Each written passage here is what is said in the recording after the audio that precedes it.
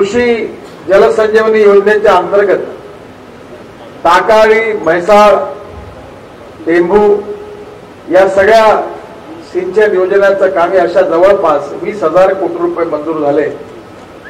ते माझ्या विभागाने केले. त्यातही 25% हे दुष्काळग्रस्त आणि आत्महत्याग्रस्त क्षेत्राकरता ही विशेष योजना तयार केली.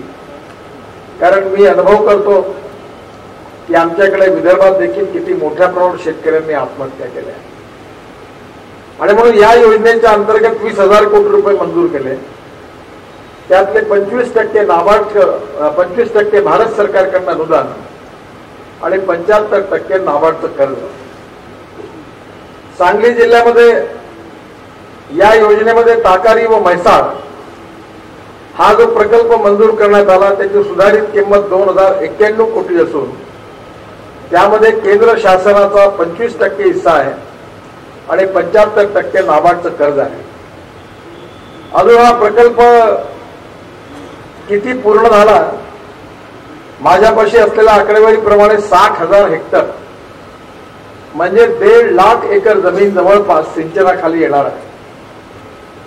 आणि यातलं बरंचसं काम आता सुरू आहे जोरात आणि पुढच्या वर्षी आपल्याला नक्की या पाण्याचा फायदा मिळणार आहे. या योजनेच्या बरोबर टेंभूची जी योजना आहे ती पूर्ण करण्याकरता 1,301 कोटी रुपये माझ्या विभागाने मंजूर केले. त्यातला 25% भारत सरकारचे आणि 75% नाबार्डचं कर्ज आहे.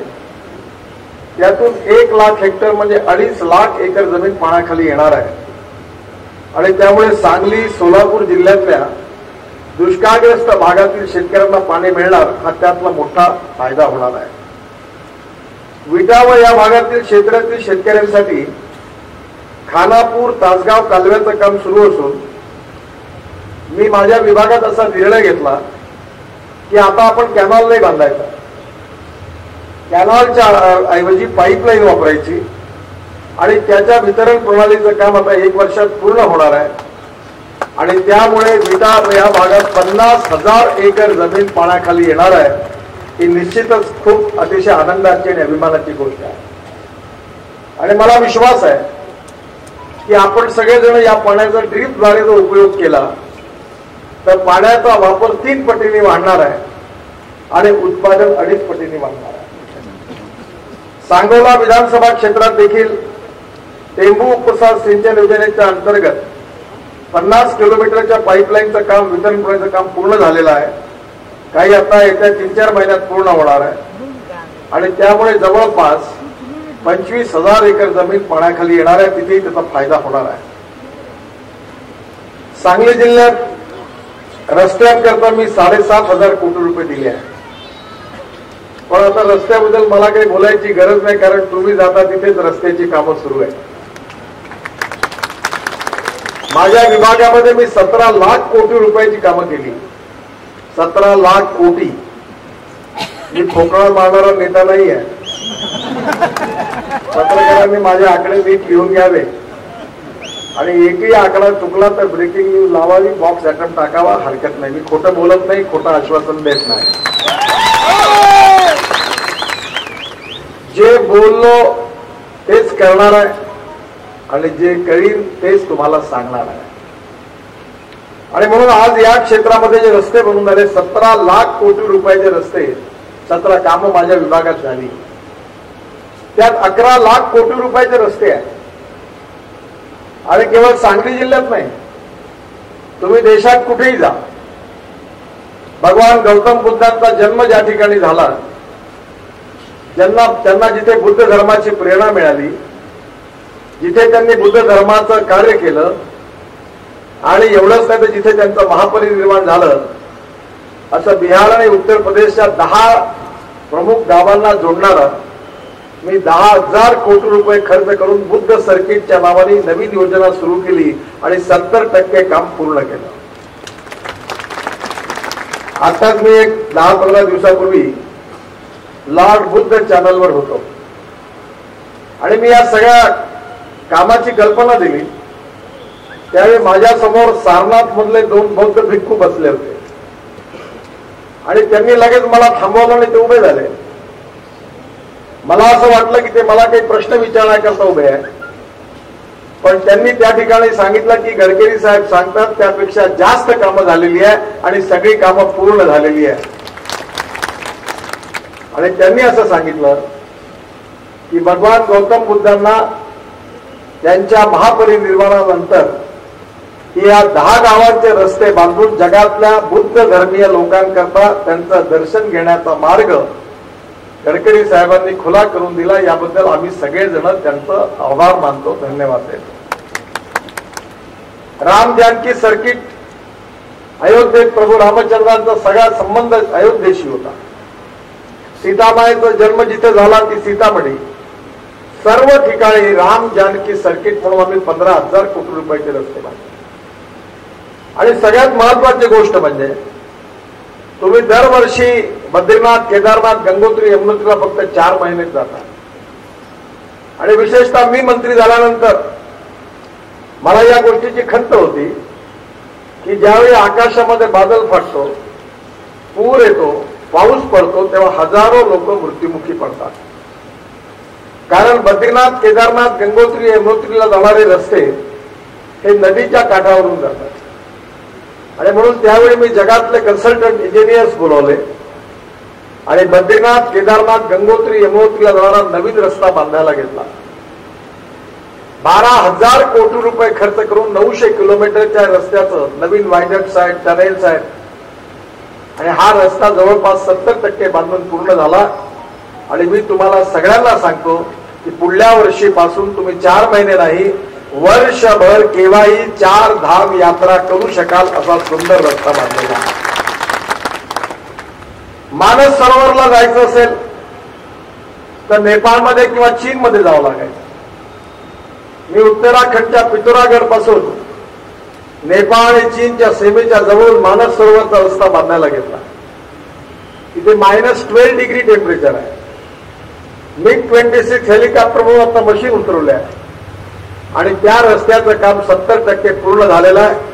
पुढल्या 1-1.5 वर्षामध्ये तुम्हाला मानस सरोवरला दर्शनाला जायचं असेल तर नेपाळ आणि चीनमध्ये जाण्याची गरज नाही आहे, तर उत्तराखंड मधल्या पिथोरागड पासून आपण मानस सरोवरला जाऊन दर्शन घेऊ शकाल अशी व्यवस्था होणार आहे. आपल्या महाराष्ट्रामध्ये संत तुकाराम महाराज, ज्ञानेश्वर महाराज आपलं दैवत आहे.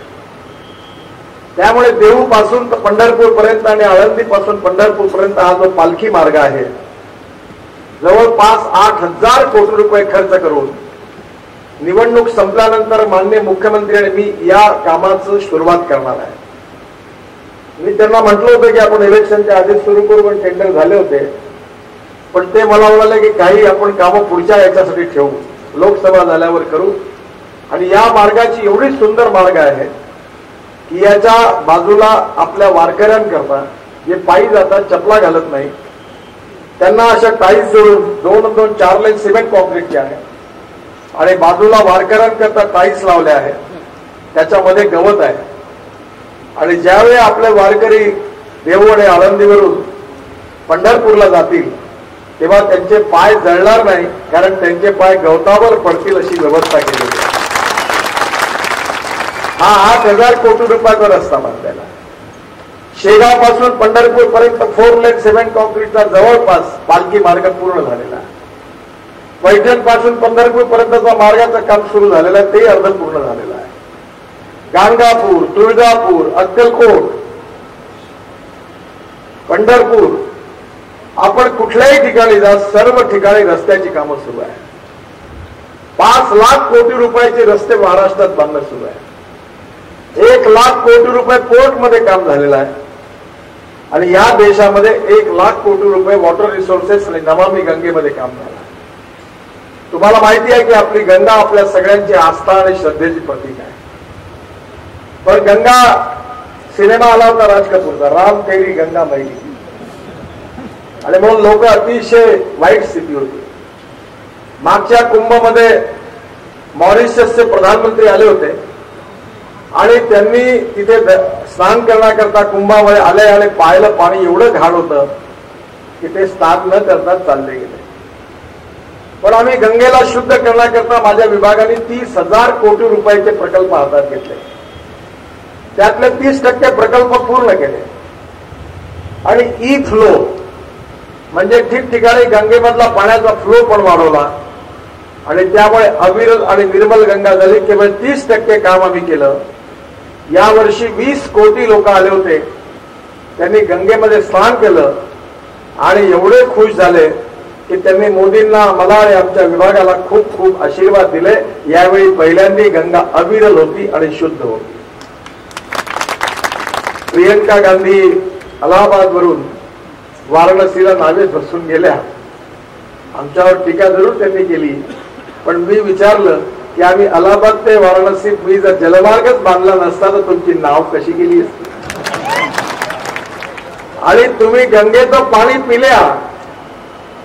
आम्ही गंगा शुद्ध केली म्हणून पिऊ शकल्या. तुमचं सरकार असलं तर ही वेळ आलीच नसती. आणि एवढंच नाही तर गंगेमध्ये 5 स्टार 7 स्टार क्रूज सुरू आहे आणि गंगेचा जलमार्ग झालेला आहे 20,000 किलोमीटर. आम्ही जलमार्ग, जसं राष्ट्रीय महामार्ग आहे तसा जलमार्ग करण्याचा निश्चय केला आणि 10 जलमार्गावर काम सुरू केलं. आज गंगेमध्ये पाण्यात उतरणारे विमानं, एम्फिबियस सी प्लेन, कॅटरमेरन, हॅवरक्राफ्ट हे सगळं येणार आहे. आणि आता अलाहाबाद पासून वाराणसी पर्यंत, वाराणसी पासून तर हल्दिया म्हणजे बंगालपर्यंत, बंगालच्या खाडीतून ब्रह्मपुत्रचं ड्रेजिंग झालं.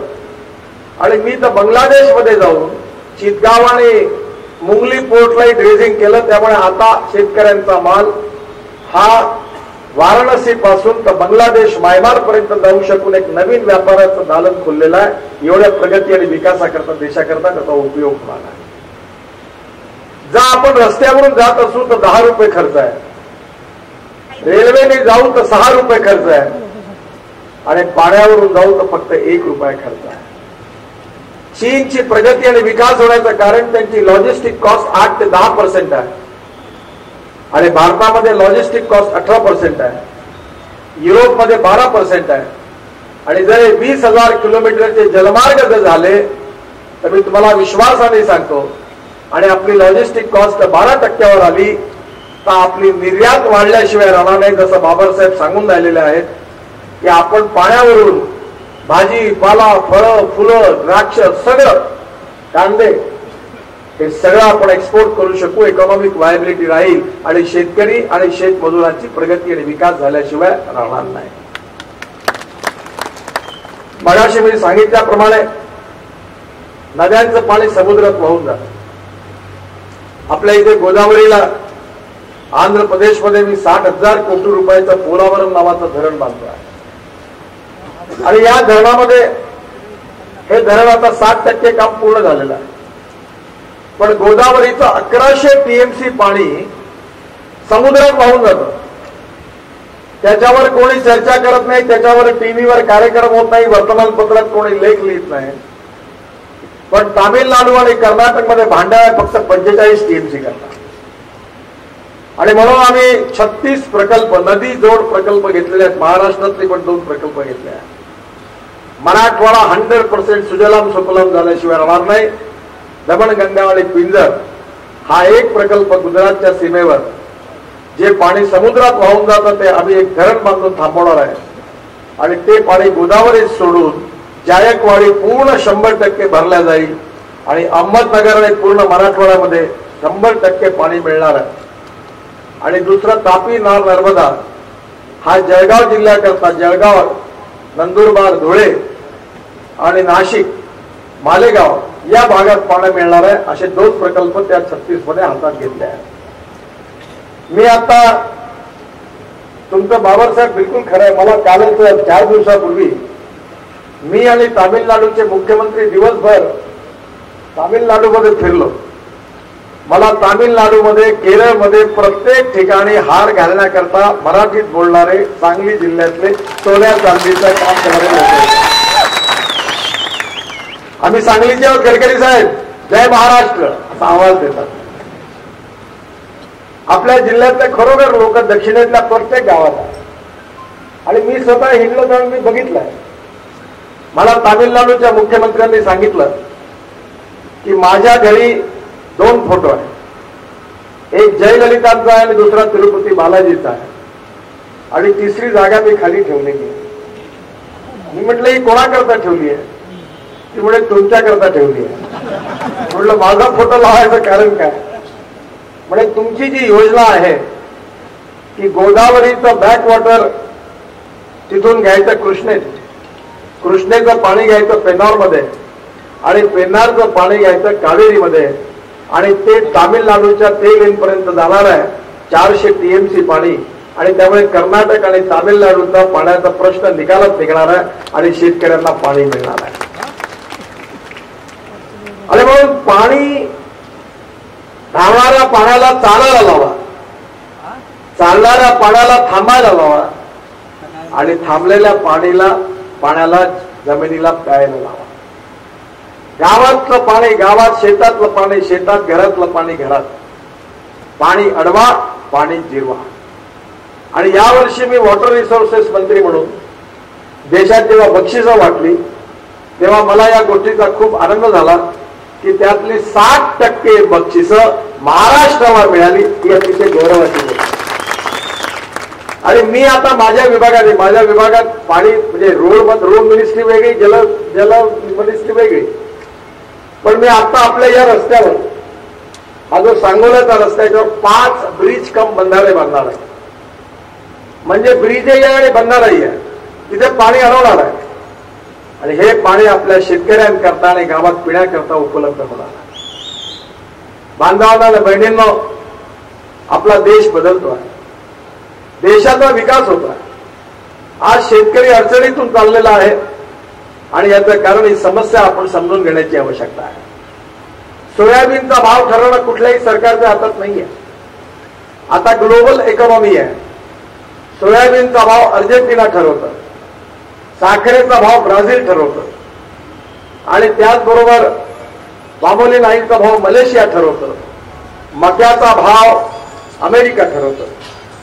आणि आज स्थिती अशी आहे की गहू सरप्लस, तांदूळ सरप्लस, दाल बिया सरप्लस. फक्त तेलाचं मात्र पण 80,000 कोटी रुपयाचं तेल आयात करतो. त्यामुळे बाबरसाहेब आपण पाणी आणलेलं आहे, पण आता क्रॉप पॅटर्नच्या बाबतीत जर आपण लक्ष घातलं नाही तर पुढल्या काळामध्ये अजून जास्त फजिती झाल्याशिवाय राहणार नाही.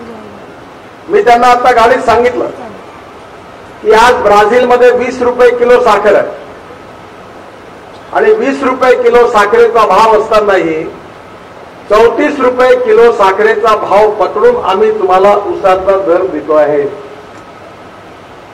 सगळ्या गोष्टीचं नाटक करता येतं, पैशाचं नाटक नाही करता येत.